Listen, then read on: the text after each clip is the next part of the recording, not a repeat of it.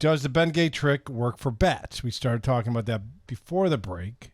And what's your solution to get rid of bats other than a shotgun? Well, that is not my solution. But no, Bengay will not work for bats because they don't land or peck like woodpeckers do. Joe's totally rolling his eyes at me right now. For bats, really the key is making sure your structure is sealed properly so that they don't get in.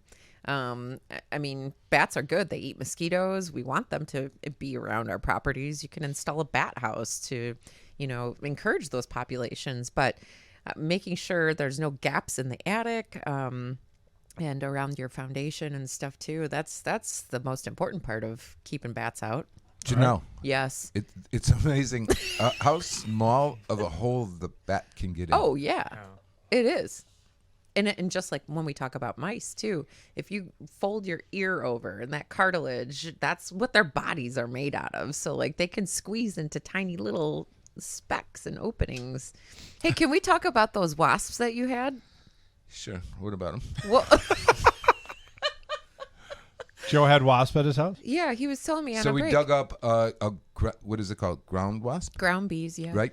But Janelle, I'm telling you, so we had probably 8 inches of ground cover, that Vinca stuff. Oh, okay. All right? These things were so far in there. So the guys were out there excavating. Mm-hmm. They hit this thing, and it was like a geyser of bees came out. Oh, my It was gosh. just incredible. Wow. And you didn't get it recorded? You didn't get it on film?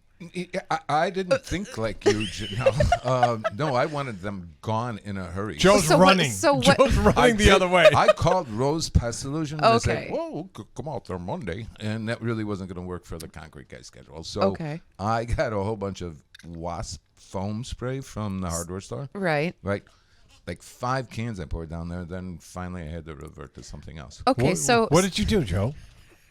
well, wait, before he tells us what he ended up doing, can I just make a comment how buying 5 cans of something, that is exactly the what we don't want people doing. Certain pests are not DIY pests. I'm glad that you didn't get stung, but also what he's about to tell all these listeners Hold on. What did he spray into the hole, Joe? just listen to this. So first I dumped diesel fluid in the hole, and then I took a can of that marking paint and I started it on fire, and I just made this whole thing start on fire.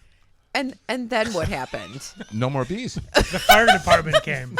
I have no more bees, Janelle. Okay, well- and that spray's not cheap either. Well, okay, so Nothing's going to grow there again. instead of waiting Oh, we're for done meeting. Yes, no, I could never get away with that. If we were No, going it's an EPA Superfund site now. No, we were gonna. In Antioch. We're gonna exactly. we were gonna excavate the whole thing. so anyways. improper use of pesticides or diesel fluid.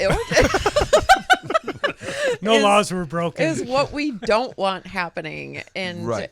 what you should have done was texted me. And I would have called you, or no, I didn't call you. Judy called your office. that's an emergency I'm service. sorry, I'll be out there Monday. No, so I will say, okay, so you're on our quarterly service, and when things happen like this in between your services, it's free for us to come back out.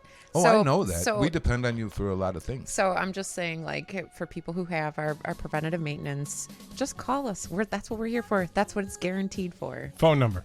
1-800-GOT-PESTS or rosepestcontrol.com.